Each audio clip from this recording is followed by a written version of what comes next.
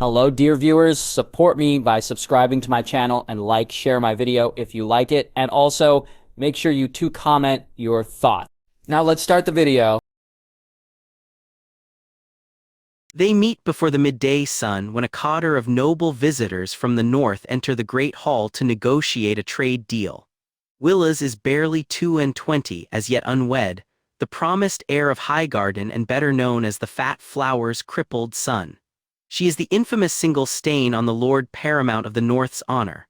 4'10" and arguably more beautiful than any Stark had the right to be, even her sainted aunt. Lyanna is kept close to her father's side, and he thinks this to be more sensible precaution than sign of preference. How does the Lady Stark rage that his bastard would step out of the bard's songs? Lyanna is dark of hair and pale of skin, and after that all surface resemblance to Lord Stark ends.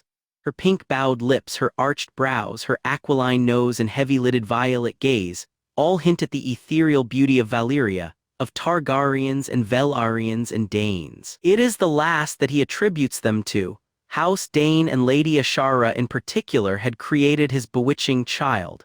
Even Lord Mace is struck silent for a moment before his wits regain him and he blusters about unexpected surprises and time-consuming negotiations and such. His grandmother intervenes before the boundaries of good taste can be crossed and welcomes them in. Petulantly, his father assigns the bastard to his care and Willas dryly offers his opening remarks. He receives all the proper courtesies in return, the sweet tone belied by an unexpected matter-of-fact handshake, before Lady Lyanna Snow ignores him at the earliest convenience of society. They eat their meals in near silence and he returns to his contented observation of the table. Her eyes have skipped the high table entirely to survey the one directly below. Minor nobles, important merchants, talented or lucky knights, and Willas thinks that she could afford to skim more quickly. Clever bastard. His conclusion is decidedly neutral and bordering on amused, when Willas dismisses her from his thoughts and returns to his smoked fish. Lady Snow remains absent until he is walking by the sparring yard of Highgarden. It is massive, in relation to a family that boasts little martial prowess, but she is present near the tidy corner of his path. Willas lingers in the shadows at the sight of a noblewoman, bastard or not, dressed in trousers and tunics that draw attention to her more womanly assets. The knights taunting the Tarly heir seem to appreciate the sight as well, less so when the lithe form springs forward with a wooden sword. It appears to be a fight for Samwell Tarly's honor, and Lyanna performs admirably for one her own age. Ducking, weaving, near dancing around the men in an unorthodox fighting style that befits her agility, dexterity and speed, but lacks endurance to be truly effective. Tarly suddenly regains a smidgen of courage near the end to sobbingly attack one man when his back is turned. It ends in a tie, but an apology is offered and Lyanna dismisses the others to grin brightly at the crying Tarly boy. Garland would have struck at the more vulnerable areas around the neck and collar, though what she lacks in viciousness could be countered by sheer enthusiasm. Willas reconsiders the scene as he limps back to his office. Not a poor choice in targets. In the next meal, Lyanna eschews the high table for the one directly below. She sits beside the daughter of her Redwyne sworn knight, but focuses her attention on Samwell the entire time. The boy practically blossoms under her attention, careful words and encouraging smiles drawing out some esoteric piece of knowledge or the other. Occasionally hands would brush during the meal, but the boy, currently the recipient of many envious stares, seems entirely oblivious. Willas rarely takes the same walk twice, but he deliberately traces his steps the next day. They engage in a short conversation that leads to him sixing multiple guardsmen on the bastard and the craven boy in an attempt to draw out Samwell's courage. It is successful enough that Lady Snow ends her lesson early and declares that she will spend the remainder of her afternoon in the library. Impetuously, he offers to escort her there. Willas is terribly amused by the three different men that wilt immediately thereafter. "Thank you for your offer, my lord." Lyanna's response is distant. Her lips curl in momentary irritation over the exhausted and inattentive Samwell, but soon an insincerely warm smile is present. Lord Tarly is a pious man, he informs her. You may be able to see Samwell in sept services. violet eyes pin him back. "You are very attentive to my presumed desires then, my lord. It is merely a host's duty to attend to his guests' personal needs as presumed by their situation." Lady Lyanna neither stiffens on his arm nor quickens her pace to trouble him. He would have thought her ignorant if not for the tightening of the eyes, the brittleness of her smile. She releases his arm upon immediate entry to the library and heads towards the bookshelves in the Hour of the Wolf. Willas has work of his own to do, but is intrigued enough to take a seat in the strategically placed sofas of the center dais. The library is divided into the 12 hours of the night, and he sits by the Hour of the Eel. It gives him a perfect view of the Hour of the Owl, where Lady Lyanna slips out of moments later with a copy of the Seven Analects. How utterly pleased she looks. Willas inwardly chuckles, even with lips pursed and nose wrinkled in disgust. Lyanna Snow was lovely. At least she has the sense to pick her battles. The Maester heads the expansive library, but one of the two assistants in his employ receives Willas' coin. He directs the man to take note of the bastard selections there and notify him afterward. An extra silver stag is slipped into his hand when he receives a list of titles as diverse as botanical poisons and shipwright lectures to musical compositions and Esso's trade. More interesting is the secret of Lyanna Snow's pocket money. Willas hadn't noticed it until she stood beside one of his Fossway cousins, but Lyanna Snow, dressed in the simple yet well-woven dresses of a northern noblewoman, lacked common maiden baubles. His first assumption would have been that she didn't receive an allowance, but Lord Stark appeared warm towards his bastard daughter. It made more sense to find that she poured any available gold into rolls upon rolls of parchment and local bookbinders. When she wasn't attempting to marry above her station, Lady Lyanna was trying to copy down the entire Tyrell library. Speaking of that romance, she may have to resort to something more direct soon, Garland remarked, discreetly watching the accidental hand brushes and fluttering eyelashes of the dark-haired girl. The covertness wasn't necessary really. More than one man seemed content to stare unabashedly at the young woman, Samwell Tarly not included. "Do you think he favors the stem before the petal?" "I doubt it. He's merely that untested to the womanly arts," he answered. "Shame for the beautiful lady then. Bored stiff from the minutiae of the alchemy guild without even a huntsman cloak for her troubles." Willas felt that his brother was incorrect on this account. As one unsuccessful dinner after another passed, Lyanna Snow's tension drained with it. Her flirtations continued, but they seemed to be an afterthought to sincere interest and genuine smiles in the two's conversations. It shouldn't be a surprise. They were two odd ducks, the bastard and the coward, that shared a love for esoteric knowledge and forthright discussion. Friendship wasn't the strangest conclusion. The unvarnished reactions drew out greater beauty from the bastard, though. Willas noted bubbly laughter, animated gestures, and a tendency to bounce on the heels of her feet. He caught her twisting a curl around one finger when arguing once, and wondered whether he could draw the same impassioned defense of a subject out. "Would you care to take a ride with me around the castle this afternoon?" It didn't please him that she was unable to refuse by the dictates of their relative social positions and the rules of polite society. It took out the challenge of coaxing her onward that Willas suspected would amuse him. Nonetheless, he could find amusement in drawing out that brief show of spirit. She maintained more poise than most of his silly, true-born cousins in accepting the offer. The smile offered could shred ice with its sharpness, but he was a Tyrell, bred and born in the warmth of summer, and he would melt that harsh smile before it could cut flesh. Lady Lyanna returned a slim hand, as calloused as Garland's was, as calloused as Lord Tarly wished his son's would be, to the crook of his elbow, and he led her to the stables. Willas silently appreciated that she took consideration of his preferred pace as well. It was kind. She was kind. And ignorant, which drew a measure of pity from his breast. The heir to Highgarden suspected that this sympathy would be returned with the same unimpressed banalities that he would have reacted to for his crippled leg, and kept his face still. "You have an unusual bridle, my lord." Her first remark held an undercurrent of curiosity. I designed it to account for my physical disabilities. He took the bridle off its peg, waved off one of the approaching stable boys and approached the horses. You designed this yourself. However nonchalant she attempted to make her tone, the older man could hear the mild hitch of wonder present. I assure you that a cripple remains capable of such. He neglected to inform her of the 16 failures before a working prototype was made. The rebuke added a fetching pink to her cheeks, followed by the impression of one who believed herself gainsaid on purpose. She refused to apologize, and Willas decided it to be a compromise, for he would certainly not offer one himself. You're comfortable with the horses. The ones here were specifically bred by him to be physically imposing and intimidatingly powerful, but they fall obediently to her gentle hands. It unnerved him slightly, for they didn't even act this warmly towards the stable marshal. I assure you that a woman remains capable of such, she snarked back. Immediately, her mind catches to the words flown out of her mouth, and she flushes an even deeper red. It suffuses her face entirely, endearing and skittish, and drawing out the violet of her eyes.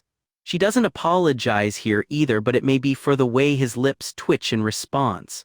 Willas offers her one of his best steeds in silence, a smile now. He has your coloring, my lord. My sister named him apple cider for it.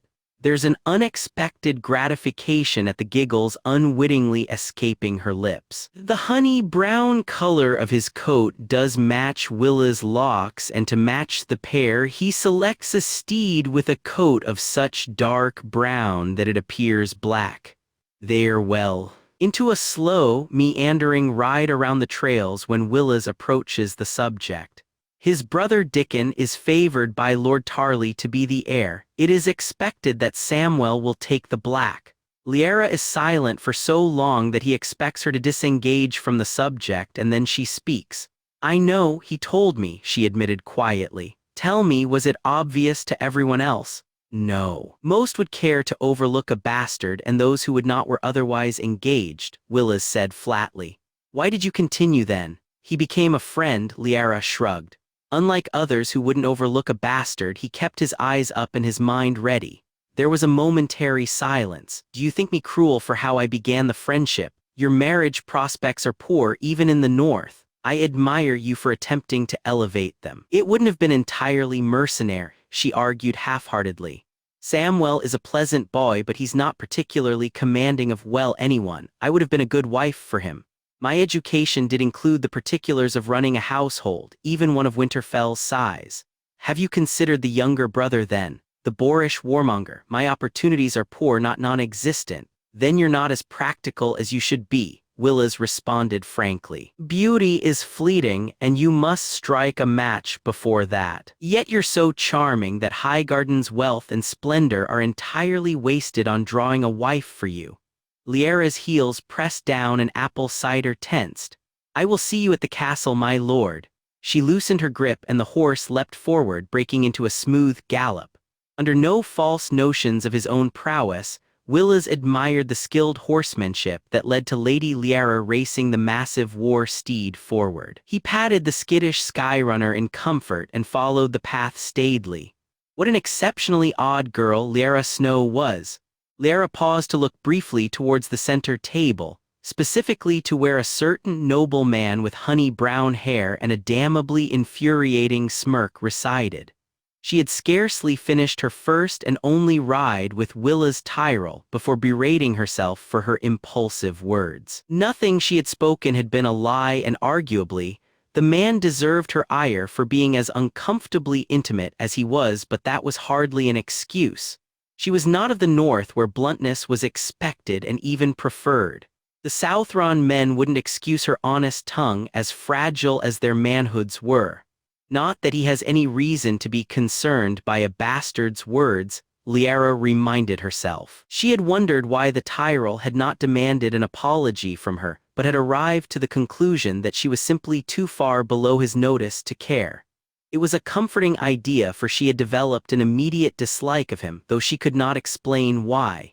Even Theon had needed to mock her bastard status for a moon's turn before she decked him. An act that oddly enough earned her the Greyjoy boy's friendship.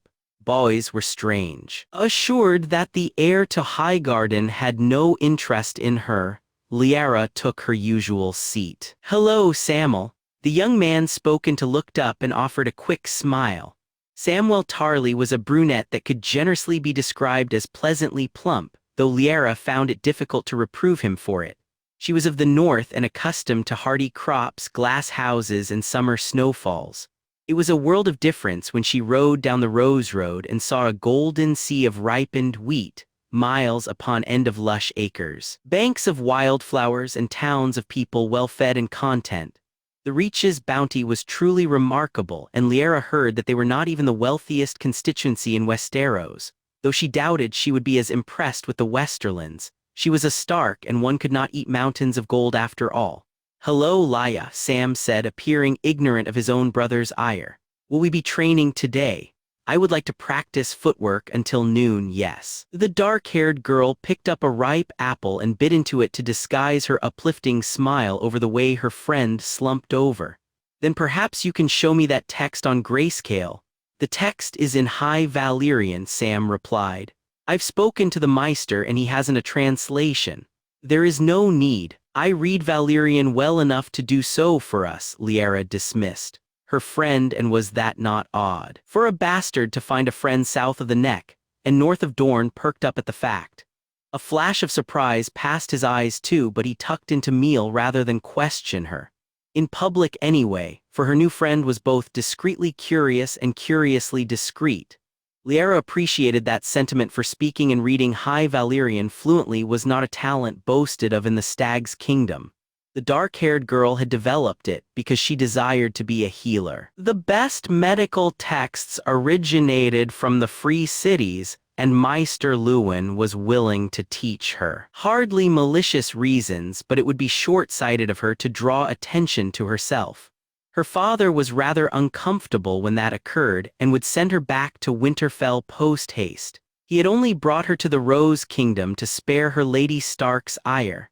One would think the lady would be pleased that Lyanna was not a son to challenge Robb's heirship, but unfortunately, this was not to be. Some man had foolishly speculated on the origins of her beauty within the woman's hearing, and Catelyn Stark's jealousy had spiraled on from there.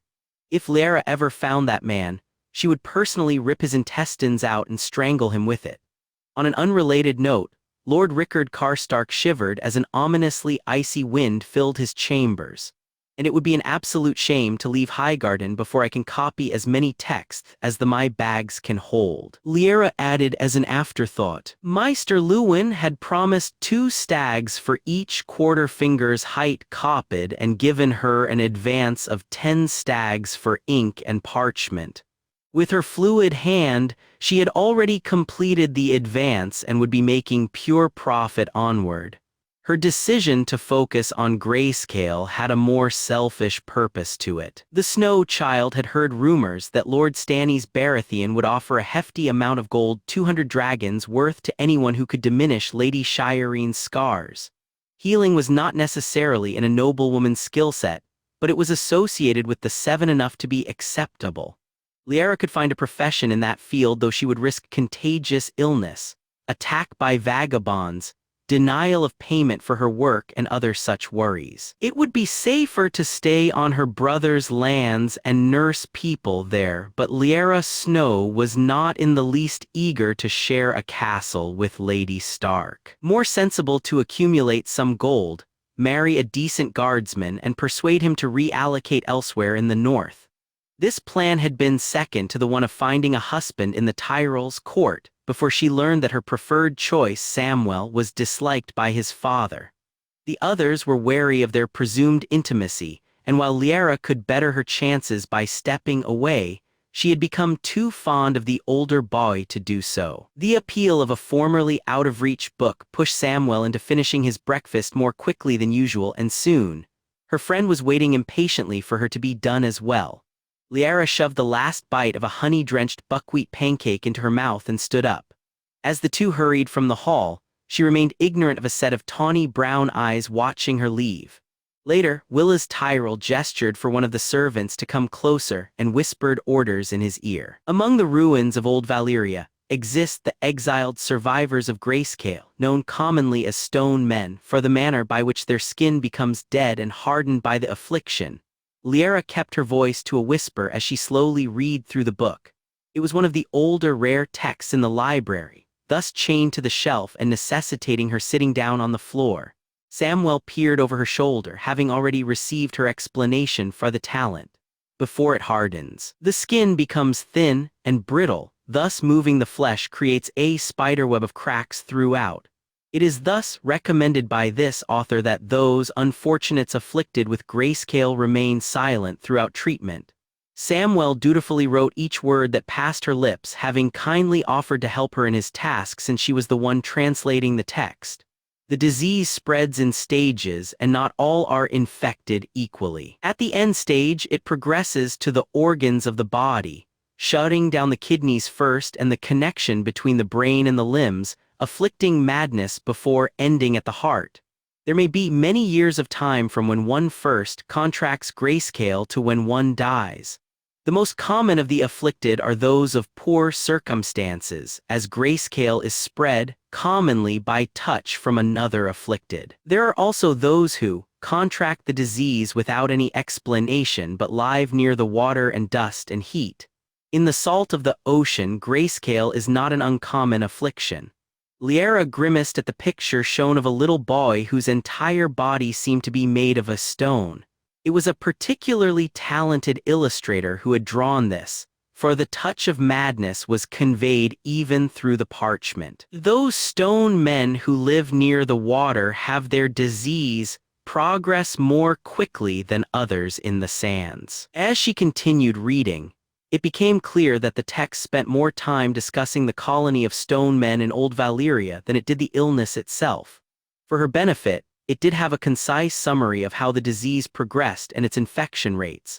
The author argued that the rates subsided as the illness fell into relapse, which meshed with her own knowledge of how no one else contracted the disease in Dragonstone, yet despite being in contact with Lady Shireen. If nothing else, it assured her that she would not be infected during treatment. Lyanna was almost to the end of the text and planning to recopy it at Winterfell for her own private library, when she heard footsteps coming toward them. The dark-haired girl paused and looked up to see one of the Maester's assistants approaching. Ah well, that wasn't odd then. These books may be in an empty area of the library, but the Maesters would have their own reasons to work with them. She was a little more concerned when the man stopped in front of her. Lady Lyanna, the blonde man murmured politely, offering her a folded note. Mentally noting the Tyrell servants to be aware of her birth status and too well-mannered to draw attention to it, Lyanna hesitantly accepted the paper. She waited for the man to leave, but when he did not, quietly pretending to be fascinated by the shelves above her head, the Snow opened the note. Timon will lead you to me. Tilda W.T. There was only one person she knew with those initials, and regardless of the inferiority of her social status, Lyanna was most certainly not obeying his directive. Exactly what type of woman did Lord Willas think she was? Are you Timon? The dark-haired girl questioned. The man nodded. Yes, Lady Lyanna. Then kindly return to the sender of this note and tell him that your task is complete. She would have liked to send an insult back, but while not as improper as a clandestine meeting, sharing notes was still rather scandalous. When he hesitated, she added, "That would be all, thank you." Gracefully accepting the dismissal for what it was, the man walked away. Lyanna waited until he was out of earshot before passing the note over to Sam. The bookish noble's eyes widened after reading it.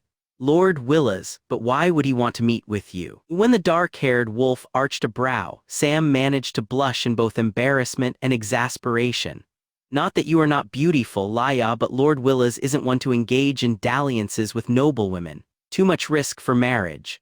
I suppose that he has a courtesan or two that he prefers to keep. Lyanna's tone ventured close to irritation. Perhaps he thinks me of the same stature. You're the daughter of a great house. Lord Willas wouldn't do that. Sam refused. Maybe he actually wanted to converse with you. Now it was her turn to be both amused and exasperated. I can count on one hand all of the men that have ever desired my conversation and weren't named Stark. I can't see anything good from ignoring his directives, though. Sam fidgeted for a bit and then seemed to close in on himself. If you like, I can speak to him for you. It's all right if I should meet with him and not you. Lyanna was touched. Thank you, Sam, but I don't think it will be necessary. I've rebuffed his advance, and a lordling like him won't bother to pursue me when his gold can buy most anyone else. As you said, Lord Willas is too sensible to bed a noblewoman. Her belief was dashed after supper when another servant brought a note to her room. A Valyrian dictionary can be received upon request from Meister Timmins. Tilda W.T. Lyanna closed the door on the woman's face and tossed the note into the hearth. In the library the next day, there is a chapter on grayscale in Death Without Peer, Most Cruel Illnesses in Essos. Tilda W.T. on the training fields at noon, incorporating Bravosi water dancing into your footwork will improve your speed and agility. Tilda W.T. at the stables for a quick ride, apple cider prefers ripened green apples with the stems cut off. Tilda W.T. The notes were discreet and appeared when she was either alone or in Sam's company, much to her relief. Lyanna threw each of them away, once even before the honey-haired lord's indifferent eyes, but didn't do anything else to provoke him. Lord Willas appeared content to be offering suggestions and comments to her everyday life, which were discomfiting but not overtly threatening. The dark-haired girl resolved to keep a sheathed blade within her boots and ignore the notes otherwise. She would have informed father about this but for her deep reluctance to leave the Highgarden library. Lyanna Snow's access to that wonderful collection of books would be cut short over her own dead body. "Brother, what are you doing?" Garland appeared doubtful that he would like the answer. "Tormenting a bastard." Willa's nonchalant tone was utterly at odds with the way he covertly eyed the attractive young woman sitting with the plump Tarly. "I can see that." His brother was already penning his next note, despite having sent one today. "Is there any reason why you're inviting scandal?" "Because I'm bored and she makes the most amusing of faces whenever I do so," Willas smirked. "Still, I'm not merely doing so for amusement. There is something odd about her, is there not? Beyond the sword she wields," Garland asked, that had caused nearly as great a stir as her arrival. "I would have liked to cross blades with her. She has enough talent and her fighting style is refreshing." Willas frowned. "Not yet. I would prefer not to draw Lord Stark's attention at this stage." From next to them, Margaery leaned closer and smiled wickedly. "You're not falling for her charms, are you, brother?" "Grant me more credit than that, sister," Willas chided. "There is something amiss about Lyanna Snow and the tale her father spreads. For one, the tourney of Harrenhal was nearly 3 years before Lord Stark ventured to Dorne." "What do you mean by that?" Their sister's teasing smile faded as her eyes sharpened. "He means that a daughter of Lady Ashara and Lord Stark would have been 5 and 10 at the youngest and more likely 6 and 10 by now," Garland answered. "Lady Lyanna is less developed than such a woman would be, but she could also be a late bloomer. One deviation explains nothing. Perhaps, but Oberyn claims Lady Ashara's daughter to have been born sickly. It had taken a gift of 2 barrels of arbor gold to coax an answer from the temperamental man. Even now, Willas knew that Doran Martell would be aware of his interest. Impressive that she survived 2 moons' worth of hard travel to the north, wouldn't you say? Then Lady Ashara wouldn't be her mother, but why should that matter? A Lysine bedwarmer, a Crownlands tavern wench. There are many ways to inherit Valyrian features, Margaery mused. Would Lord Stark have raised his daughter in Winterfell if she was born from the womb of a whore? Garland wondered. "I think him too honorable to do otherwise," Margaery refuted. "By that measure alone, there wouldn't be any other Stark bastards running around Westeros." "I agree," Willas added, making his sister beam at the indirect praise, "though I wonder why an honorable man like Eddard Stark would stay silent when others spread rumors of Lady Ashara's bastard." The other 2 fell silent then, considering the words of the eldest Tyrell present before Garland voiced the question. "Then what is Lord Stark hiding?" "I don't know," Willas answered, returning tawny eyes to the bastard beauty of the north. "But I haven't anything better to do, so I may as well find out." Listening to the footsteps approach the otherwise empty area of the library, Lyanna pasted a smile on her face and lowered her book. Next to her, Sam looked 1 part concerned and 2 parts miffed from being interrupted when they had found an incredible book on Essos fairy tales. She expected another servant, most likely the polite Meister's assistant, but was surprised when an exquisitely dressed woman appeared instead. Margaery Tyrell shared her brother's honey-brown hair, fair complexion and comely features, but her dough-shaped eyes were a warm brown color, and her smile was far livelier than Lord Willas'. She wore a dress of dark forest green, elegantly stitched and embroidered at the breast with golden roses and simple gold jewelry at her throat, wrist, and ears. Her hair was embroidered with thin strands of golden filigree too, and pulled up into a complex crowned braid. The Rose of Highgarden smiled at her brightly. Lyanna wondered if perhaps she should have been honest with her father after all. Lady Lyanna Margaery's voice matched her appearance with its soft and sweet tone. "Lord Samwell, I had hoped to find you two today. No, you needn't stand up. I shall be brief." Lady Margaery, Sam greeted, freezing in his position between fully raised and crouched on the floor. Lyanna grabbed his hand and jerked him back down. "How can we help you, my friends and I?" Margaery gestured behind her, where Lyanna could see several noblewomen staring at them with curiosity and disapproval. Had Arya been here, she would have stuck her tongue out at them, and for a second the dark-haired girl had the irrational desire to do the same. "We're hoping that you would attend a boat ride with us before supper. Please do say yes." The Tyrell lady clapped her hands to her chest in a pleading expression. "We haven't enough people to form a party, and I would hate to cancel the trip." The mummer show was unnecessary, Lyanna thought wryly. Even if I did believe that there wasn't a crowd of nobles eager to ingratiate themselves to the Tyrells, Lady Margaery must know I am not in a position to refuse. First Lord Willas and now Lady Margaery, Lyanna was being to suspect that some grand joke was to be played on the bastard of Winterfell. She side-eyed Samwell and saw that he appeared equally uncomfortable with the invitation. Refuse Lady Margaery. Risk drawing attention to herself and be sent home early? Or accept the temporary humiliation, let the Tyrells have their fun and continue to work towards her future independence? Well, when she described it like that, "I would be pleased to attend a boat ride with you, Lady Margaery," Lyanna answered sweetly. To her relief, Sam echoed the acceptance and the smiling girl left soon after. When they were done, Lyanna turned to Sam and with an entirely straight face stated, "Fuck the Tyrells. The problem with being the eldest sibling," Willas reflected, "is that everyone expects you to share your toys." Perhaps it was unfair to compare Lyanna Snow to a wooden trebuchet or an illustrated storybook. She was far superior in the art of amusing him after all, but it certainly felt that way. His younger siblings had taken their discussion as an implicit invitation to study the Northerner themselves. Now it had devolved into a competition between Margaery and Garland, the latter of which was currently speaking of the Sword of the Morning with embarrassing enthusiasm. Though from the brightness of her smile, the dark-haired bastard apparently shared his brother's idolization of the Kingsguard knight. Willas, meanwhile, was reclining on the cushioned seats beside Samwell, praying that the boy's sick wouldn't end up painting the deck of Aunt Mina's wedding caravel. Those golden roses that Uncle Paxter had sketched by hand wouldn't look nearly as beautiful when splattered with yellow-green bile. Unwilling to face his aunt's ire should that occur, the heir to Highgarden attempted to distract the pasty-faced boy.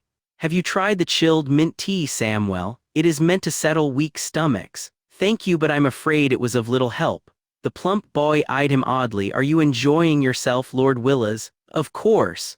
A practiced smile crossed his face, but Samwell still looked unconvinced.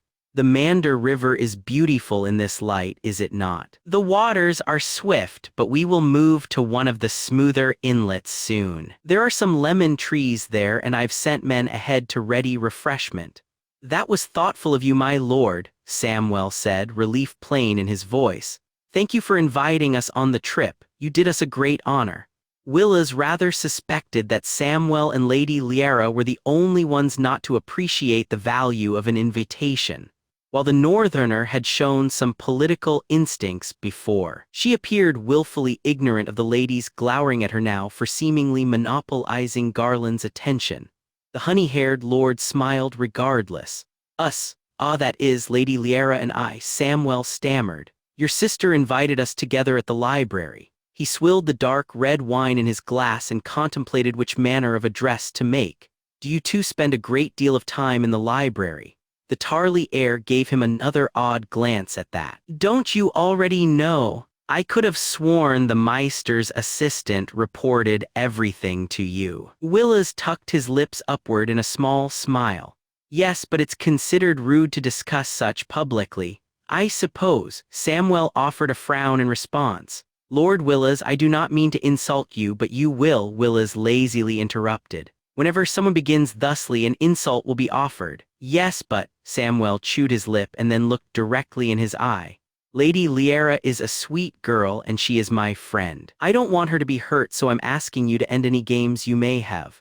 Willas raised a brow. And what games do you believe that I would play? The plump boy shrugged. I do not know, but Lyanna, she doesn't mean anyone trouble. She is a bastard, and I understand that some people may that is her reputation is easy to. She's not the kind of girl that please just don't hurt her. Then a friendship did arise between them. Willas blinked tawny eyes. Too hawk-like his sister had claimed once, too predatory for anyone's comfort, and Samwell recoiled. Then the heir to Highgarden offered a smile one notch brighter, meant to ease the receiver and draw attention away from his gaze. You need not worry, Samwell.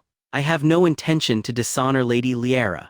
Not allowing the boy a chance to question him further, the Tyrell braced his walking stick, carved with a trailing pattern of ivy-twined roses, and pushed himself up. He attended to the guests of their small soiree that Garland was too distracted to speak to, occasionally allowing his thoughts to wander to the dark-haired bastard. Her skill set seemed to expand by the day, from the swordsmanship displayed early, to at least a theoretical knowledge of healing and an adept grasp of High Valyrian.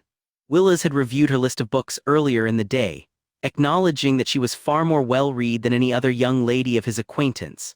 Even Margaery preferred to dedicate her time to outdoor pursuits, falconry, riding, archery, and sailing. It was a shame her talent hadn't extended to sewing.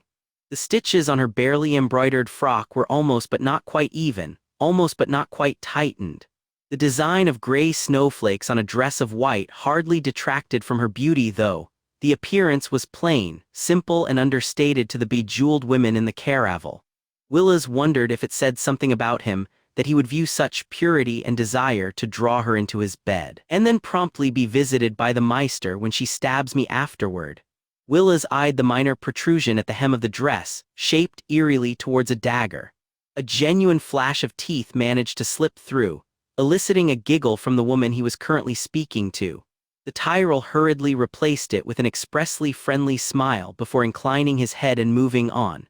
Tell Garland that I want a turn, Margaery whispered in his ear, as he escorted her off the caravel. Strings of lanterns had been set up in the trees, though the sun hadn't quite set. There was more than enough light to admire the green and gold tent, under which a wide array of suites had been prepared for their leisure. He's been singing love songs to Sir Arthur Dane for the whole trip. I believe he's moved on to Sir Duncan the Tall now, Willas told her. He nodded towards their Hightower and Redwine cousins, as well as Lady Bethany Merryweather, Lord Aylwyn Rowan, and others. I will fetch her for you, but you must settle them down with some music first. Margaery was too proud to make a face, but he could well understand his little sister's cutting slip of eyes. Her musical talent left much to be desired. I will encourage Lady Ashford to play the psaltery. Allowing the offended girl to walk away, Willas headed towards the trees where Garland and Lady Lyanna lingered. The two were in a spirited debate of the merits of Sir Duncan to Sir Arthur. Willas was uncertain as to whom each was supporting, as neither knight received censure from their lips. When the tip-tap of his walking stick announced his presence, the two looked up. Lady Lyanna's open grin slipped somewhat, but she appeared happy enough to offer a small, composed smile to him. Margaery would like your help with hosting our cousins, Willas stated. His brother looked disappointed for a second before he nodded and turned to bow towards the bastard. Thank you for this engaging conversation, my lady, Garland said. I hope that we may return to it one day. I must still convince you of the wonders of the Hedge Knight after all. The dark-haired girl's curtsy was, as with her sewing, almost but not quite perfect. Her smile was charming in its lack of gill. You are welcome to try, my lord, however fruitless your quest may be. When his brother headed towards the group, Lady Lyanna meant to follow. His hand, though, resting on her elbow in a gesture both innocuous and yet intimate, had her pause. Willas moved his walking stick down with a deep thwack on the ground, drawing her eye and idling her footsteps to a speed that he could match easily. Aware of her own obligation to walk with him now, he deliberately slowed down and led her off the beaten path to one of the lantern-held trees. The Tyrell leaned against the wood, thankful for the support but more aware of how the flames turned his eyes to molten gold. "I hope you have had a pleasant trip, Lady Lyanna," Willas inquired. To his amusement, her eyes, lipid pools of dark violet, met his own and then skittered away. Pink dusted her cheeks, and it took a reminder of his own vow to never let a noblewoman entrap him, to keep him from moving closer. The dark-haired she-wolf nodded cautiously. "Yes, it was kind of your sister to invite us." "She refers to herself and Samwell as a unit then," the Tyrell observed. Rather than press further, he continued elsewhere. "I hope my brother did not bore you with his passionate discourse of knights. They are an interest of his. In the realm rumored to be the heart of chivalry, I am not surprised." Lyanna's smile widened minuscule. "They are an interest of mine as well. I confess I have little interest for chivalry and tourney knights," Willas admitted. "History is a passion of mine, but I have only rode in the one joust. The one that stole your limb from you." The northerner guessed boldly. Rather than draw away from the topic, common even amongst his own family, she inclined her head. "My father had always claimed tournaments for fools. I think I would agree with him. There exists little honor to fight for a tourney purse and a crown of flowers. Does the glory of victory ring so hollow in the north? We are a simpler people." And now her smile hinted at a sad note. "We tend to forswear war, unless our own have need of us." "You are of like mind with Prince Doran of Sunspear then," Willas mused. "He is a peacemaker." "An honorable pursuit," Lyanna said plainly. "I have met many lords who would raise their banners with little provocation, Lord Willas. It takes a special kind of man to put his sword down and persuade other men to lower their own. And if a man should find something worth fighting for, there are many things that men have claimed worth fighting for." The dark-haired girl looked up contemplatively. The flames of the lamps flickered down, casting a pool of warm light at the curve of her pale throat. Willas was both thankful and not for the conservative cut to her dress. "I would fight for my family, I know, but I have not had to yet. Hopefully I shall never have to." She looked up at him and smiled softly. "Old Nan says that I am a sweet summer child." The honey-haired man could hardly care what any old woman had said. With those pink bow-shaped lips curved upwards to him, he wondered briefly how she would taste. Willas would have leaned forward to find out and likely gotten hit for it before a savior came from the most unlikely of places. Lyanna, are you there?" Samwell called out, not jogging but certainly walking rapidly towards the trees. When he got into sight of them, he blanched. "Lord Willas," Samwell, the heir to Highgarden, greeted. If his voice had grown huskier, neither of the bookish pair of friends seemed to notice. Lady Lyanna echoed his greeting, a pleased chirp to her tone as she moved forward to take the arm the plump boy naturally offered. "You've missed a wonderful performance on the psaltery from Lady Ashford," Samwell chattered on. He still looked nervously towards the Tyrell heir, but when Willas said nothing of note, he allowed himself to be drawn into conversation with the bastard. They are passing around the instruments and encouraging each lady to take a turn. "You play the harp, don't you, Lyanna?" "I doubt anyone wants to hear me play, Sam," the dark-haired girl demurred. Willas would have expected the craven Tarly to back down, but surprisingly enough he pressed on. "Well, why shouldn't they? I've heard you play and your music is beautiful. I haven't any formal training. They will want someone far more polished." "Even then you have quite a bit of talent," Sam wheedled. "Oh, try it, Lyanna. They are far too drunk on their wine to cast you away." Willas stayed silent, his mind still far too full of wide violet eyes and pink bow-shaped lips to pay too much attention to the two. Eventually Samwell managed to persuade Lyanna into playing one song by the time they reached the tent, darting forward to pick up the harp before one of his cousins could do the same. Ignoring Lady Mella's pout, the Tarly turned it over to his friend's side. Margaery, in her typical manner, jumped on the opportunity. "Lady Lyanna, would you play us a song?" A few faces darkened at the appearance of the bastard girl, one fairly quick-witted girl hastily seating herself beside Garland. "Please do sing for us, Lady Snow." Taking position next to his sister, the young lord noted the dark look that briefly passed Lady Lyanna's face. She was not so forgiving of slights to her birth then, that she could not smile demurely in Garland's direction before nodding. Placing herself directly across from his brother and therefore from him and Margaery, she tentatively thrummed a few strings. This is the song of the Knight of Tears and the tourney he won in Queen Nerys' name. It was a dearthful dirge, one of Aemon the Dragon Knight's lesser-known tales, but one done justice by the steady and skilled hands of Lyanna Snow. For any mistake that there could be in the proficiency of her strings was drawn back by her voice, soft and clear and sweet. And the passion in her music, the melancholy tune, for this was a song of a brother's fight against injustice, of a knight's defense of his queen, rang throughout the air, each note meant to enrapture and sway its listeners. Willa's eyes caught his sister swaying, the peaceful smile on Samwell's face, the fascination present in Garland's face, and yet they were caught over and over again by Lyanna Snow. Under the lantern's light, those dark curls burned bronze and her pale skin was awash in the flame's merry glow. Her violet eyes were lit in happiness, her brow unfurrowed by concern, her lips pulling almost without thought into a smile of her own. She was breathtaking, and for the moment Willas was utterly entranced. He had seen her fight and ride and laugh and read, but never had Lyanna Snow looked as content as she did then, with a harp in her hands and a song on her tongue. Thus, even though the king had raged his scorn / the gallant knight had forsworn his lord / to honor my queen, Aemon had said / for that, I would gladly raise my sword. The song had several more verses until it reached his end, but by then Lyanna had raised her eyes until they met his own. There was a glimmer to those violet orbs, one that invited him into a private amusement for the two to share, and Willas allowed himself to return her smile. As the notes wound down, the last thrums of the string faded into the evening air and the group began to stir. Thank you, Lady Lyanna, Lady Leonette of House Fossaway, dainty, bright-eyed, and more tolerable than most, said first. Her smile was tremulous as she bowed her head. It was a lovely song.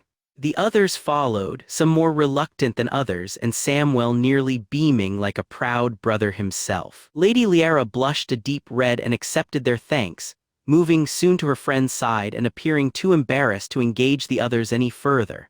Margaery managed to get a few words out of her and approached Willas soon afterward, a smug smile present.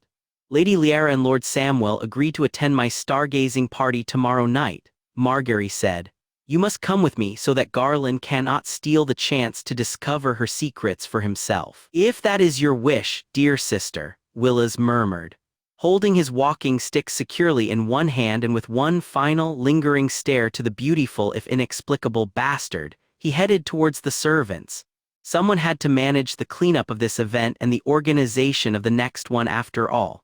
A few hours later, when a sleepy-eyed Lyanna walked down the corridor to the suite of guest rooms, she would notice a minor change. After hugging her father good night, she would move towards her own room and pause before the table next to her door. There was one often graced with a vase of fresh flowers between each set of doors, and her own was no different. However, it was unusual to find a Sivas board set up on the table. Each piece was in its place except for a single white rabble, moved one square forward. Lyanna picked up a black elephant and moved it to her own square. Then she went to bed. When Lyanna woke up, it was to another white rabble piece moved on the Sivas board. She quickly moved her own black rabble piece 2 squares forward before heading down to break her fast. Good morning, father. Lord Eddard Stark's time had been primarily occupied with negotiating the next 5 years' worth of trade deals between the North and the Reach, so it was an unexpected pleasure to see him take meals outside of the guest solar now. Lyanna slipped into the seat beside him, accepting a kiss to the temple and preparing a plate for herself. Have you slept well? The heat was intolerable, but I've managed, Lord Stark replied, the two sharing a smile over the Southron's light constitutions. Have you been enjoying your stay here, Lyanna? The dark-haired girl nodded. I've had plenty to write home about, though I doubt Robb would care for the library as I do. Have you enough coin for the ravens? Sending letters between Winterfell and Highgarden was expensive. The distance between them was such that multiple ravens would be used, each one carrying it one leg further in the journey, and still risking poor winds and heavy rainfall to destroy the correspondence. She had dug into her own savings to purchase an oilskin pouch, which was far cheaper near the ocean side. It would keep the letters home dry and allow Robb to reply back more quickly. I have, Liara affirmed. Have the contracts been going well? Better than expected, though I would not like to argue with Willas Tyrell again, her father grumbled. The familiar name had the dark-haired girl look up, raising one eyebrow in interest. Lord Willas takes part in the negotiations? Liara asked. She hoped her tone was casual enough to belie any guilt. Not that she had any reason to feel guilty. She hadn't replied to any of the notes he had sent, and the mystery Syvas player didn't have to be the heir to Highgarden. Lady Olenna and Lord Willas have been representing House Tyrell in the trade deals, Lord Stark explained. They're rather good at it too, though I'm convinced Lady Olenna will be stealing her grandson's walking stick any day now to rap us men over the knuckles. She's a rather sharp woman that doesn't abide by any foolishness. And Lord Willas. Liara intently studied the contents of her plate as she waited for an answer. An intelligent man, very measured in his response. Her father looked at her curiously.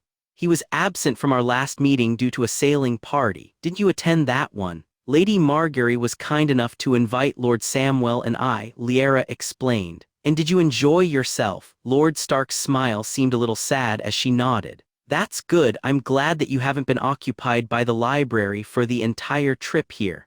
It is a very nice library, she protested. Not as large as the one in Winterfell, but the Citadel is here, and the Reach gets the latest books. I am pleased that you have such a thirst to learn, but there is more to the world than merely books. Lord Stark picked up an apple and bit in. Tell me of Samwell Tarly. Is he a good friend? The conversation moving to waters not concerning her guilt or lack thereof had Liara cheerfully chattering on about her new best friend. Ned Stark listened with an indulgent smile on his face, as the dark-haired girl demonstrated the sword drills that she had been putting Samwell through via cucumber slices and orange peels. As the two wolves spoke, the hall began to fill with Reach nobles coming down for a meal of their own. The Northerners customarily woke up earlier than their Southron counterparts, to make full use of the available sunlight before night fell, and were thus often done eating before the others arrived. Atypically taking a leisurely approach had Liara still sitting by her father when Garland entered the hall. Nursing a cup of tea in the uppermost dais, Willas immediately turned and engaged his mother in a conversation before Lady Ellery Tyrell could notice. Lord Stark, Lady Liara, Garland greeted, offering a shallow bow. I hope that your meals are satisfactory. The Starks assured him that it was, and with basic courtesies accounted for. Garland immediately took a seat across from Liara. My father plans to host a tourney for Laura's name day. Your youngest brother, the squire for Lord Renly Baratheon, that's the one, Garland confirmed. I intend to enter the joust and melee. You should join me. I'm a Northerner. I don't believe in tourneys, and they wouldn't allow a woman to compete anyway, Liara reminded him. Lord Stark took a sip of his tea and quietly studied the conversation between his eldest daughter and the second son of the Warden of the East, a contemplative look in his eyes. They have a woman's side for the archery competition. Besides, I wanted to ask you to be my squire. Garland, I think tournaments are a ridiculous exercise in waste and vanity that reveal talents better. Lord Beric Dondarrion will be there. Garland interrupted shamelessly. Liara paused and he pressed his advantage. The Lightning Lord himself, and that is not all. Sir Ares Oakhart, Sir Richard Horpe, Thoros of Myr, and even Sir Robar Royce from the Vale. They're no Eamon the Dragonknight or Sir Arthur Dane, but being my squire will allow you to meet them. You may even issue a challenge. Sensing a weakness in the she-wolf, the brunette boy continued. Please say yes, Lady Liara. If you don't agree to be my squire, then I'll have to take one of my cousins. You've met them yesterday. You know how insufferable they all are. How could you not spare me such a fate? Liara blinked dazedly as she looked at him. With his wavy hair just a shade darker than Willa's honey brown and his pleading eyes near the color of arbor gold, Garland bore an even more striking similarity to the eldest Tyrell from the night before. She couldn't help but think of him less of a skilled knight and more as someone's little brother. A look into the person Bran may be in the future. I can hardly attend without my father's permission. the dark-haired girl offered weakly. Garland promptly turned his most charming smile towards Lord Stark. It was, Lyanna noted absently, eerily similar to Lady Margaery and Lord Willas' smiles. The consideration of three siblings standing in front of a looking glass and practicing their smiles together had her muffle her rising giggles. Unfortunately, her father was unmoved. "Thank you for the offer," the northerner said dryly, well aware of the oddity of proposing a squireship to a lady. "However, my contingent and I will be leaving before the tourney begins." Lyanna's face fell at the news. She had known Ned Stark would never allow any of his daughters to squire, regardless of how tolerant he was of her lessons, but to miss the knights entirely. Garland appeared equally dismayed, though soon recollecting his grace and offering a proper goodbye to them.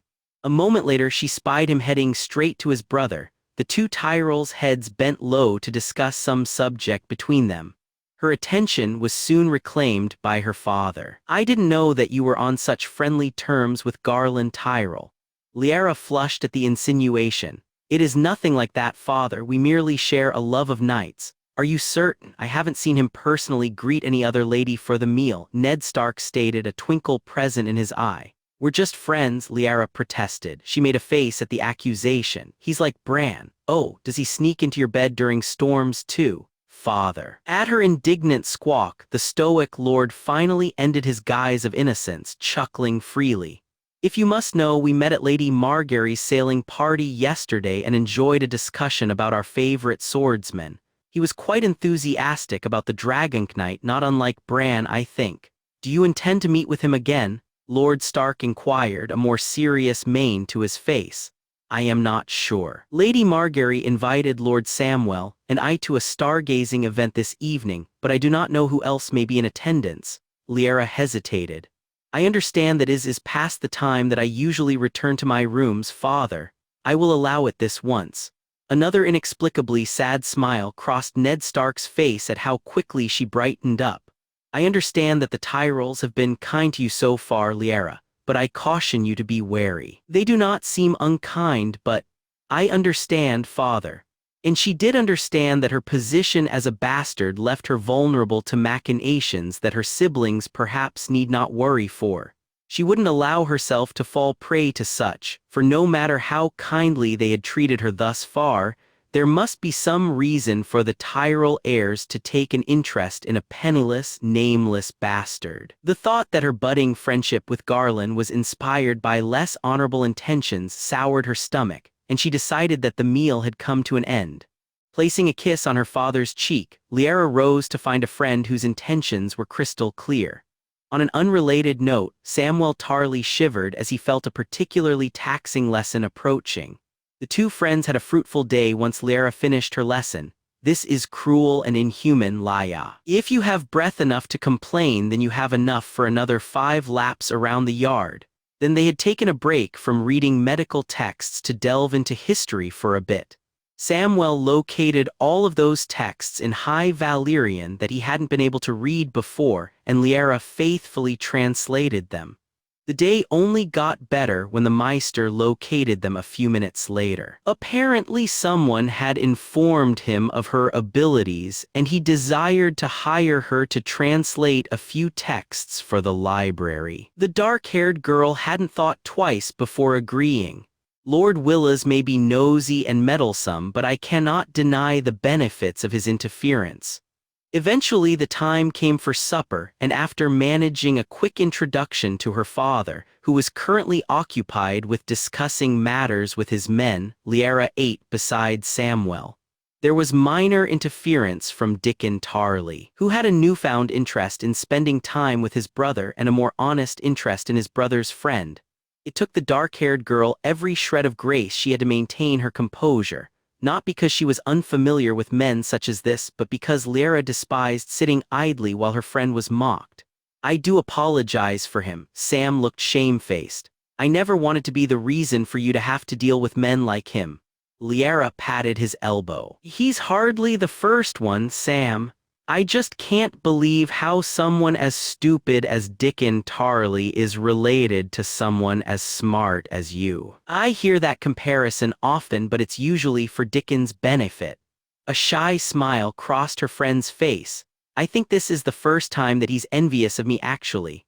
Not for the first time this moon, Lyanna Snow thought that Randyll Tarly was a blind fool. When supper was done, the bastard girl left to her room to ready herself. She lingered outside of the room for a moment, noting that a spearman piece had been moved, making her own selection. She oriented another elephant to create the crossbow defense pattern used often against Robb. Willas Tyrell didn't strike her as one to employ the hard and fast striking tactics preferred by her brother though, so perhaps she would lighten the defense and play more aggressively in the next round. Sives on her mind, Lyanna either did not notice or refused to acknowledge her selection of dress. She chose a pale blue gown embroidered by Sansa's hand, her sister's skill evident in the graceful sweep of the wind and grass, the playful joy in the tussle of the wolves. The middle sister had embroidered 3 such gowns for herself, Lyanna and Arya, each one with 3 wolves playing in the grass. In Lyanna's dress, the eldest white wolf took prominence in Sansa's. A golden-furred beauty ducked under the others, and Arya's had a feisty black wolf pounce on the 2. The Reach Court is one of the finest in Westeros, so you mustn't show them anything but your best, Sansa had fretted. Oh, I hope they like you. If they don't, then it's because you're prettier than them, Arya informed her, lazily laying over in her bed. You look nice, Lya. You really do, Sansa confirmed. She was deservedly smug as she finished the final tucks in. A sheepish expression crossed her face when she was done.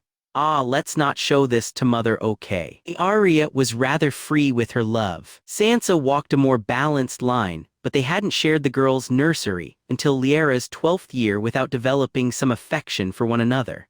The bastard quickly slipped the dress on, followed by one of her sole pieces of jewelry, a bracelet of silver chain links commissioned by Robb, and pulled her hair up into a half-up crown braid. This could also be attributed to Sansa for her extensive knowledge of Southron fashions and hairstyles. The final image earned Sam rather more glares than usual when she met up with him at the hall. Is this your attempt to find me more sparring partners? He japed. Lyanna rolled her eyes. Name me your champion and I shall handle them for you. The two were joined by other members of their party soon after, and the bastard got the impression that she may soon be drawn into spars without swords. A few of the women there, such as Lady Leonette, greeted her kindly, but the reception was hardly much warmer than the last. Not that I should be surprised, Lyanna thought, discouraged. No matter how I dress, they will never consider a bastard as one of their own. Lady Margaery arrived on her eldest brother's arm and soon led them up a winding flight of stairs to an open tower.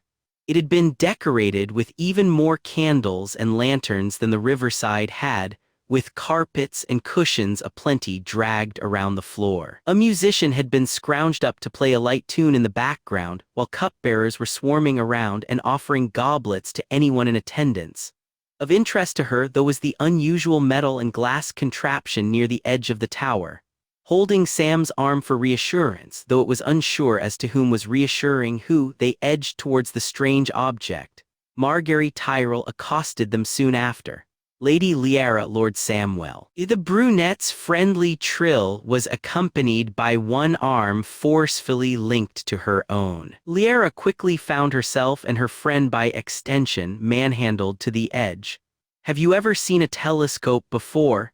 I have not, Sam admitted freely. He eyed the machine with interest. What does it do? It works much like a spyglass but with a far more powerful lens. The Citadel has finally begun to sell them to others, so Willas purchased one for my name day gift. I haven't bothered to learn the particulars of its workings myself, but it does show the stars marvelously. Would you like to try it? The Tarly nodded eagerly and then shot her a questioning glance. Lyanna gestured for him to go first. As Sam bent down and adjusted the telescope to his eye, Margaery sidled closer to the dark-haired girl. She tried to discreetly add some space between them, rather aware of those soft brown eyes looking up at her with predatory focus. Do you have an interest in the stars, Lady Lyanna? You may use my given name if you wish. The dark-haired girl paused when the Tyrell gleefully accepted and issued the same invitation. I confess that I have no particular interest in the stars themselves, though I do admire their beauty. A shame then. I am quite delighted by discoveries of the heavens, particularly in the works of Lord Arkham Dane. Margaery studied her intently. Lyanna gave a non-committal hum and then ventured. Have you had this interest long? Since I was a child. Margaery's smile softened. My brother would draw me pictures of the stars. He was very attentive to detail even then. They were all as accurate a chart as a child could ever make. I had thought Garland more the type to draw knights and battles. Garland was never a talented artist, Margaery chuckled. No, I mean my eldest brother Willas. That was kind of him. The snow instinctively swept her eyes over the party, pausing briefly over one honey-haired lord holding court at the center. Did he entertain you often? Oh, all of my brothers entertain me. For a moment Margaery's smile became less perfect and more impish. It suited her face well, Lyanna thought. Willas would read to me every day. Garland taught me to ride and to sail. Loras taught me to dance even when half our lessons ended with a trip to the Meister. I'm afraid that I was terribly spoiled as a child. It sounds nice to have 3 older brothers then. And you? The Tyrell cocked her head to the side inquisitively. Haven't you an older brother? Rob and I are mere moons apart. Our childhood was spent learning everything together. She recalled memories of the red-haired boy and shook her head. We spent a great deal of time getting into mischief with one another, though he did take the blame for our exploits more often than not, because she was the bastard and Rob was the heir, and the servants scolded him far less harshly. Unaware of the gloomy path of her thoughts, Margaery grinned. Older brothers are handy for that, aren't they? Lyanna would have replied, but Sam had completed his turn with the telescope then. He turned to offer it to the ladies, and the dark-haired girl was soon pushed into looking into the lens herself. She quietly gasped when the field of stars, dark and remote and beautiful, suddenly came close enough for her to distinguish them individually. She slowly moved the body forward until one exceptionally bright cluster of blue caught her eye. The King's Lance. A voice similar to Margaery's in tone and accent yet undeniably male said. When she looked up, it was to find that Willas Tyrell had replaced the other 2 nobles on the edge. My lord. Lyanna stood up and hurriedly offered a quick curtsy. The King's Lance, Willas repeated, tawny eyes focused unerringly on her face. She wondered what it was with the Tyrell siblings that each of their gazes seemed like they were dissembling her. The cluster of stars that you saw are called the King's Lance. The brightest point always faces north. Ah, we call it the Ice Dragon's Eye. The dark-haired girl focuses on the searing blue still present without the help of the lens, more for a desire to escape that keen stare than anything else. Willas takes the opportunity to sharply graze his eyes over her full appearance, any color to his cheeks attributed to the cold when the snow eventually turns her eyes down. The North is amenable to the old title then. King Robert has been trying to rid the kingdom of any names related to the former regime, Willas observed. The Meisters complied to his whims. The Citadel bows down too easily, Lyanna scowled. The Ice Dragon involves more than House Targaryen. They are the principal orchestrator of the name, though, the Tyrell retorts. There is an odd quirk to his lips, almost as though he finds this argument amusing. Not in the tale that I've heard, she retorted. Then we have heard different ones. Willas leans forward. Tell me your story, Lady Lyanna. Lyanna was accustomed to a more intimate standing between people, to limit the exposure to the brittle winds in the north, but this feels unfamiliar. There is a puzzling intensity to those golden eyes, a peculiar warmth pooling at the center of her stomach. Lyanna is hesitant to the faint tingling in her arms, the warring desires to either move closer or flee far, far away. She has a sudden and terrible suspicion that Sansa would be squealing right about now. But Lyanna is not Sansa, and so all she does is clear her throat. I must find my friend Lord Willas. Another time then. The moment is broken and Lord Willas steps back, an aloof yet friendly cast to his face once more. Lady Lyanna. It is a goodbye, but as Lord Willas walks away, Lyanna feels as though an invitation has been issued instead. When the party ends and she returns to the Northerner's suite, it is to the news that the Tyrells had rejected one nearly completed treaty. They would be staying for a few weeks longer. Willas doesn't order Lyanna Snow's mail to be read. This is standard policy for House Tyrell, for there is little to be gained and quite a lot to be lost should the practice be known. Few secrets are sent publicly by ink and parchment, and the fools who do so have their own secrets revealed too easily to bother. Nonetheless, Time and Flowers alerts him that 2 letters have been sent, one to her brothers and the other to her sisters. Willas knows the latter to be confidences shared and is distressingly interested in knowing what has been said about him. "Will you be skipping out on another trade talk today, Willas?" his grandmother asks him, pointedly looking towards his plate. He obligingly selects another slice of bread and lathers the bare minimum of honey that he can on it. "Thank you for delaying the talks, grandmother. I'll accept my payment in answers." Olenna Tyrell jerks her hand forward, gesturing to the tables below. "Is there any reason for you to be mooning after the wolf's bastard daughter? Curiosity." He dips the bread into the tea before taking a bite. "What kind of woman can make the Honorable Lord Stark forget his wedding vows? The one whose daughter can make an otherwise clever boy lose his senses," Olenna snorted. "Don't tell me that the bastard has taught you to love." "Not at all," Willas replies honestly, a lightning flash of a smile hidden by a fresh strawberry to his lips. "Lyanna Snow has taught me to covet." His grandmother studies him slowly as though trying to reconcile the brief passion of the words to his unflappable demeanor. Willas widens his eyes to a mockery of innocence, composes his face to a rictus of disbelief, and counts it a blessing when the old woman snorts again. Olenna surrenders. "Not a single flower," she warns. "You are not too old to put over my knee." Willas places a kiss to her cheek in thanks and then returns to his plate, though without any great appetite. Grandmother has no need to be concerned for this. Lyanna Snow would die before she allowed any man to put a bastard in her. He is confident in this as he is in little else. The infuriatingly curious bastard girl hadn't made a single move in their Syvas game since the stargazing party. "I moved too quickly," Willas acknowledged. "I pushed her too far and now she wishes to be rid of me." The heir to Highgarden obeyed her silent directive and stayed away. He was never too far from her mind, he was sure, for notes had still been sent. Innocuous messages advising books or training routines, informing her of pleasant trails in the garden and warning her of brisk winds. Willas hadn't approached her personally himself, but Garland had taken to dropping unexpectedly on Lyanna's training sessions while Margaery invited her to several rides. The girl had selected apple cider each time. The problem wasn't that Lyanna Snow was skittish.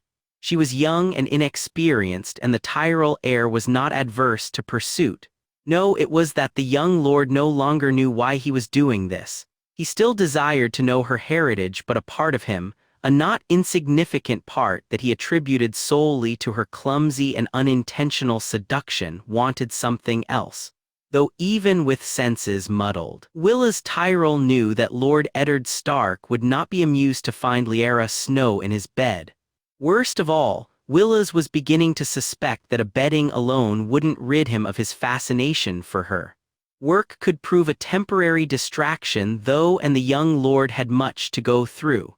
He was nominally in charge of managing the Tyrell's assets, expenditures, and investments. Having been trained for the job under the sharp eye of his grandmother and the elderly steward of Highgarden, they had been managing the finances for years, limiting the damage of his well-intentioned but spendthrift father, until Willas reached his 16th year. It was a heavy responsibility to assume at so young an age, but he had rather excelled at bookwork and administration, even finding the time to pursue projects of his own to increase the Tyrell family's wealth. It had also helped, of course, that the other main responsibility of the lord of the castle, namely managing the bannermen and ensuring adequate martial ability in the men-at-arms, fell to Garland. Likewise, Margaery was being trained to one day take over the social responsibilities of their family, a role held primarily by Lady Olenna Tyrell. Willas had never been sure as to Laura's role in the house, beyond growing his reputation as a knight and serving as the bedwarmer to the king's brother. He supposed that his youngest brother had plenty of years yet to find his own area of expertise. As befitting someone who was more or less the acting Lord of House Tyrell, though still reliant on his grandmother's advice, Willas had his own solar with an attached office. Large windows let in plenty of sunlight to warm up the otherwise dark green walls and walnut furniture.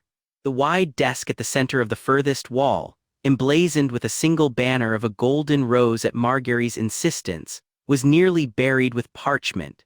He was in rather desperate need of an assistant, considering the sheer amount of busy work generated by a great house, but Tymon was his right-hand spy, and Willas hadn't yet found anyone else to trust for the position. An image of a pudgy, craven boy often in the proximity of his current object of fascination suddenly appeared in his head. Willas shook his head to dislodge the idea. He was having a difficult enough time focusing on his work without inviting additional thoughts of Lyanna Snow to his mind. Instead, the honey-haired lord drew over the topmost parchment, which contained the quarter-annual list of all loans approved by Steward Vane.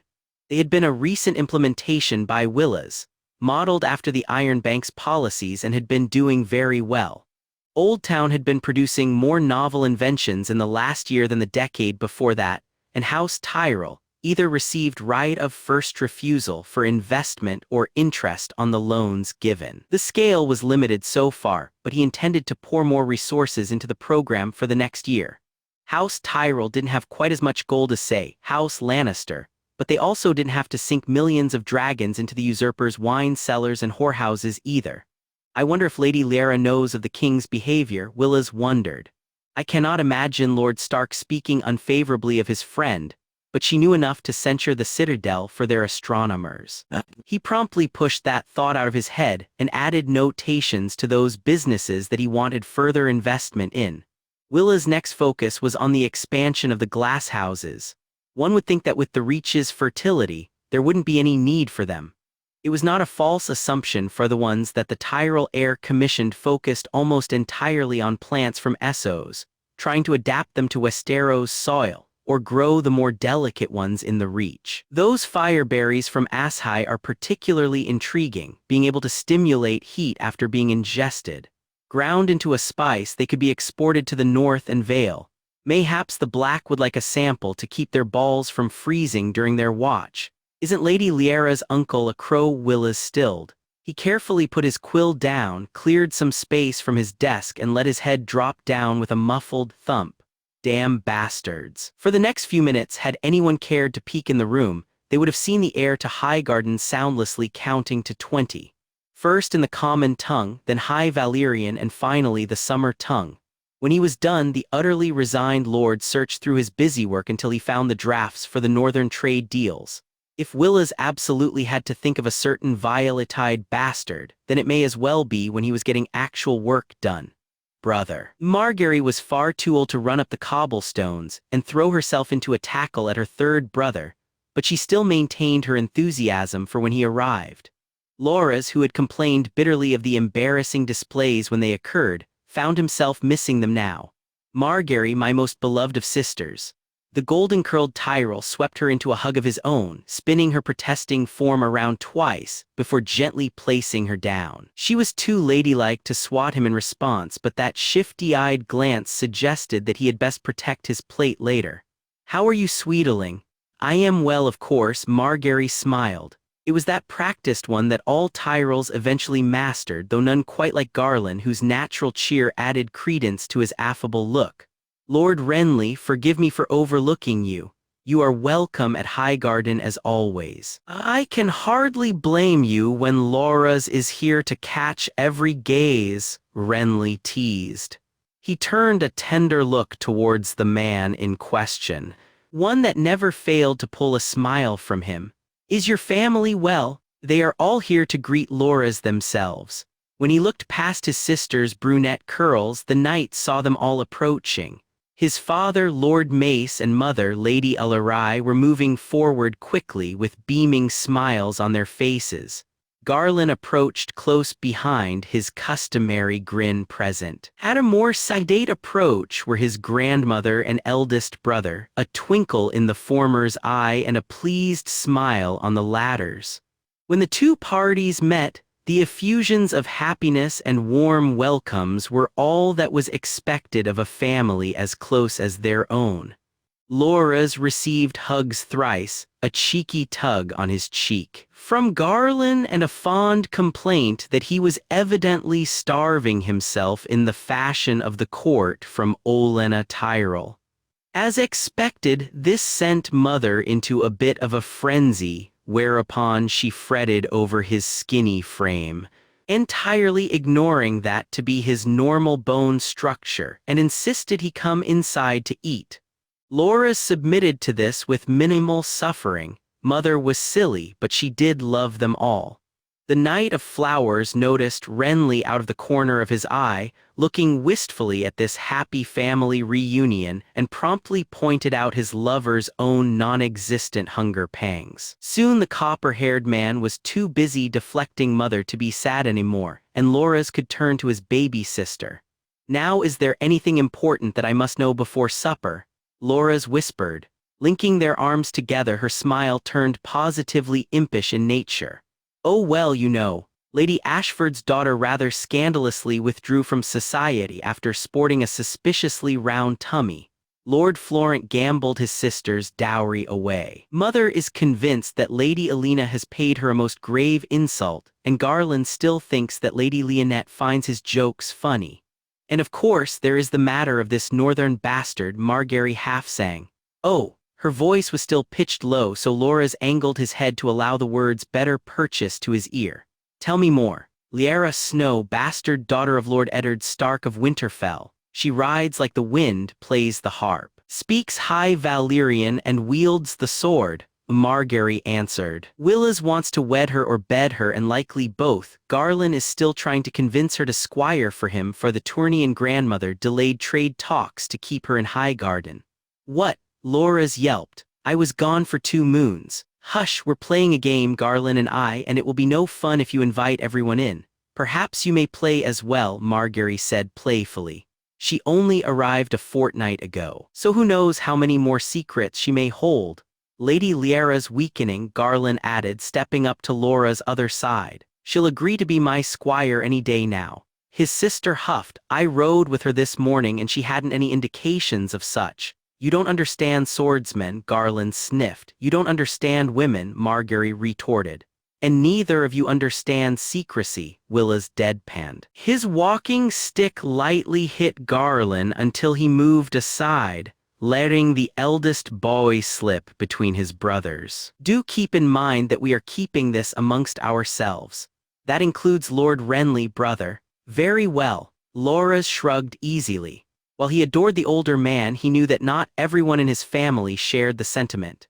Grandmother was convinced that Renly was a shiny penny copper, pretty but not all that useful. Willas had shared his own reservations about their relationship starting when he was still Renly's squire. Loras was also well used to keeping their family's machinations secret. "Grandmother knows," Garland reminded him, looking miffed. "She doesn't count." Margaery glanced back at the wizened old lady warily. "The Queen of Thorns knows everything. It doesn't help that you look fearfully at her every time you use that title," their eldest brother stated dryly. Margaery sulked while Loras looked at the honey-haired lord speculatively. Willas was not immune to bouts of pique. However much he acted like he was in perfect control of the world around him, but they mainly followed phantom pains in his injured leg. "There hadn't been any rain recently." "Lady Lyanna Snow," Loras guessed, nodding towards the eldest. Margaery and Garland suddenly started snickering while Willas leveled a scowl on them. Loras grinned back, undaunted. "Have you been unable to lure her into your bed, brother?" "She is not that kind of woman," Willas snapped back. The knight thought he sounded disappointed by that fact. Lady Lyanna's ignoring him, the brunette knight informed him. Willas spooked her. "I moved too quickly and her courage fled her. I merely need some manner of restoring it. Garland is convinced that the tourney shall be it." "I only need a few more days to convince her," Garland asserted optimistically. "She's weakening, I just know it." His sister snorted in disbelief. "How have you been going about it then?" Loras asked. "I've explained to her of all of the knights that will be entering. As my squire, she could challenge them herself and test her skills against a strong opponent."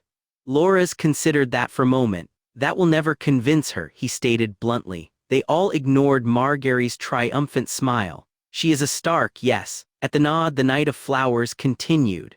If you want to make a Stark do something, you must appeal to their sense of honor, loyalty, and duty. Should Lady Lyanna be anything like her father, she will submit to it easily. He should know. The king never shut up about Ned Stark and his honor at court. Had Littlefinger not been making bank for the man's whoring exploits, Loras would suspect that Lyanna Stark wasn't really the northern love of Robert's life. Dickon Tarly will be participating in the tourney. If I recall, he recently exchanged some harsh words with his brother over Dickon's envy for Lady Lyanna's company. Margaery said, her memory for other people's business uncanny. He may have spread some unsavory rumors about Samwell too. His second eldest brother nodded thoughtfully, and the subject soon turned to the events expected at the tourney. The next day, Garland the Gallant arrived to a late lunch. Sweat still on his brow from a training session and a brilliant grin to his face. He hugged Loras once, and the blonde knight was then forced to explain to his confused paramour that Garland occasionally acted overtly affectionate when he mastered a new technique or the like. When Timon Flowers approached the table a moment later, he handed Willas a folded note that returned a smirk to his face. The spearman was moved 3 squares across, was all he would say. Your brothers are. Renly began. Ignore them, Loras advised. His eldest brother had taken out a fresh parchment in the middle of lunch and was already penning a note. That's what I do. Her siblings' replies are all Lyanna Snow expects. Sansa's is filled with effusions of delight over all the dark-haired girl described, from the grandeur of the castle to the elegance of the ladies, interspersed with sly questions about her friendships with the Tyrells. When she demands to know if Lord Willas is as beautiful as his brother. For I have heard that the Knight of Flowers is the handsomest man in court. Sister Lyanna writes back that Sir Loras is a handsome man. Sansa reasonably takes this to mean that her older sister is indeed attracted to Lord Willas, much to Lyanna's future chagrin. Arya wishes to know of all the knights in the Reach, and peppers her letter with anecdotes about Winterfell. There is an admonishment near the end though to have care with those Southron nobles and their petty word games. Bran requests a book's worth of details on the tournament, and excitedly informs her of his progress with the bow. Robb, who has been carefully placed out of the loop to any mention of pretty boy lords and their infuriating smirks, has only concerns for her health. He tells her of the daily occurrences around the castle and advises her to enjoy the tourney. The bottom half of his parchment includes Rickon's giant lettering, Miss you Lya, come home soon. Lyanna writes them all back dutifully and doesn't make any mention of her newfound squireship. She does like to think though that 4 out of 5 of her siblings would approve, and Sansa too, if she phrased it as a way to meet handsome and gallant knights. Sam unfortunately does not approve. This is a mad idea. Sam waves his hands erratically in the air as though unable to contain the sheer absurdity of her choice. You will be found out, your reputation will be ruined. You will get hurt, Lyanna nods. These are all good points. I intend to squire for Sir Garland regardless. But why? Sam's high-pitched wail of despair sounds as Rickon does when he is forbidden cake. The dark-haired girl considers informing him of her intentions to challenge his brother, amongst others, and demand an apology in recompense, but refrains. Sam would only be more distressed if he thought himself the reason for her folly. It will be a good opportunity to test my skills, Lyanna admits. Because this is also a compelling reason. I know how to fight, Sam, but I'll never go to war or spar against anyone outside of Winterfell. This will show me how far I've come and how much more I need to learn. If it is a spar you want, challenge Sir Garland again. I will even speak to my brother if you'd like. Dickon is a talented swordsman. Will he take a female opponent seriously? At his defeated expression, she smiled. You needn't worry. Sir Garland is just as invested in hiding my identity as I am. Though if you would like to help, I already know that I'm going to regret this. No more than my squireship. The two were sitting in their section of the library, meant for rare or valuable texts in High Valyrian. It was located at the very end of the Hour of Ghosts, bordered between the Hour of the Wolf for history and warfare and the Hour of the Nightingale for agriculture and industry. One of the reasons they had chosen it was for its secluded setting. That doesn't reassure me at all. Nonetheless, the Tarly stands up and chivalrously offers his hand to her. It is a gesture that Liara would have been pleased by when they first met, and one that still draws a smile to her lips, though she knows his reasons innocent. What would you have me do? The dark-haired girl places a finger against her lips. One of the Meister's assistants was a spy for Lord Willas, the other she was wary of. Would you escort me to my room? Certainly. The rumors can never have enough kindling. They had reached the end of the aisle when a squeak was heard and then footsteps moving hastily away.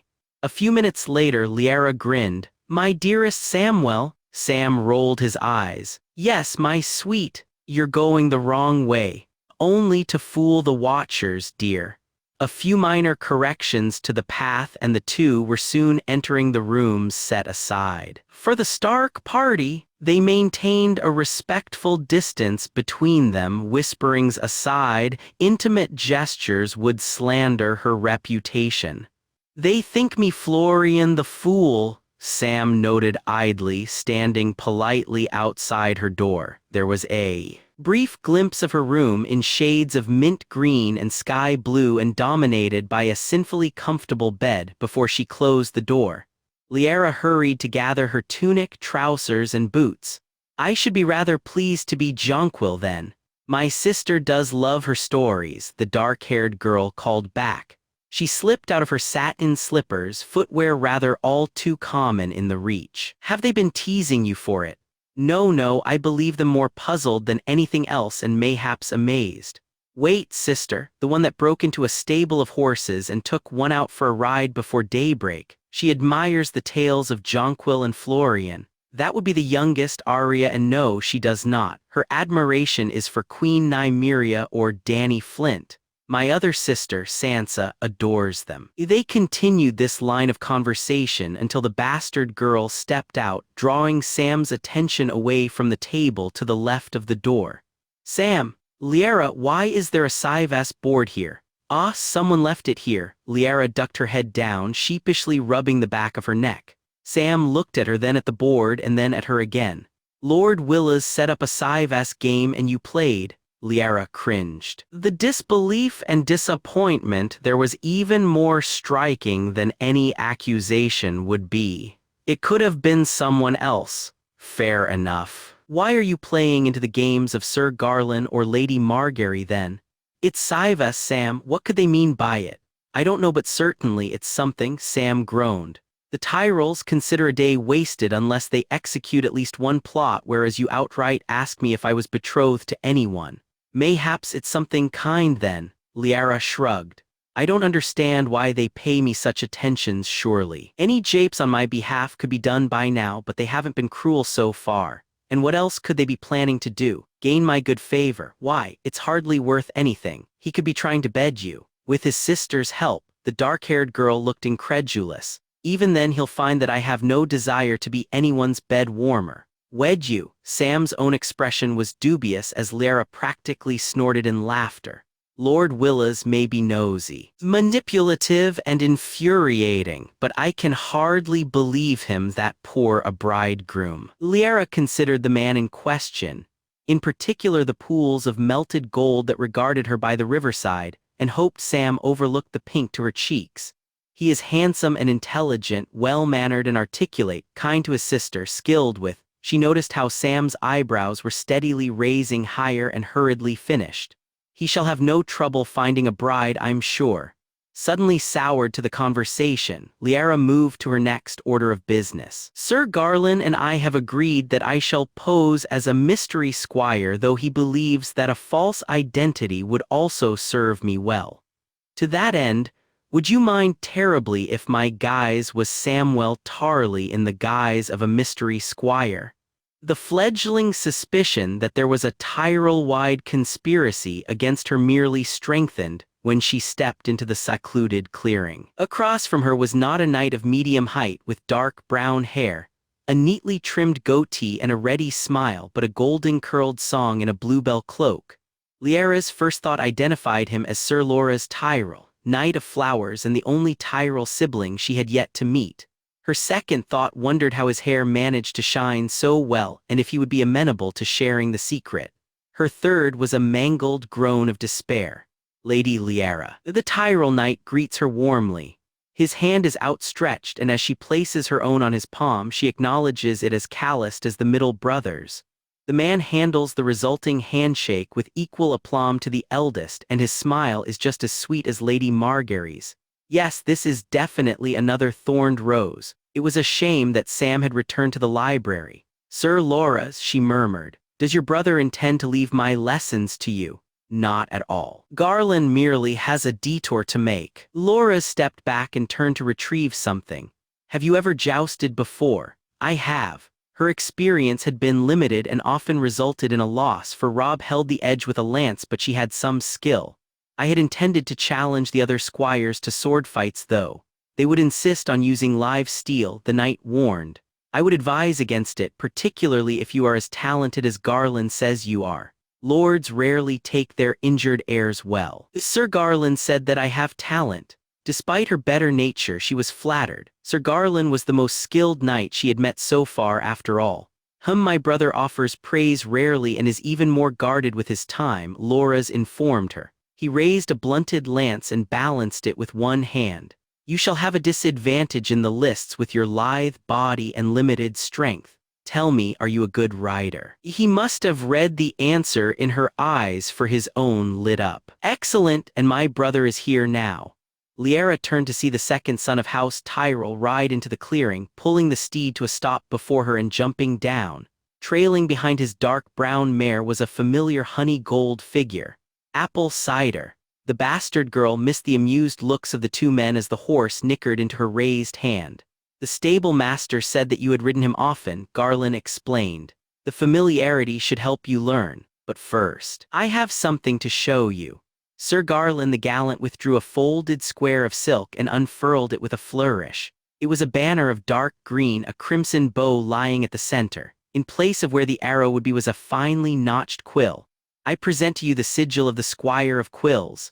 Lyanna looked it over slowly. When the time had lengthened enough to make the older man squirm, she beamed. I love it, thank you, sir. It is of no import, he replied modestly. I drew it myself. Oh, we must show this to Lady Margaery. She has been doubting your skill for years now, sir. As I said, I convinced Willas to draw it myself, Garland corrected without an ounce of shame.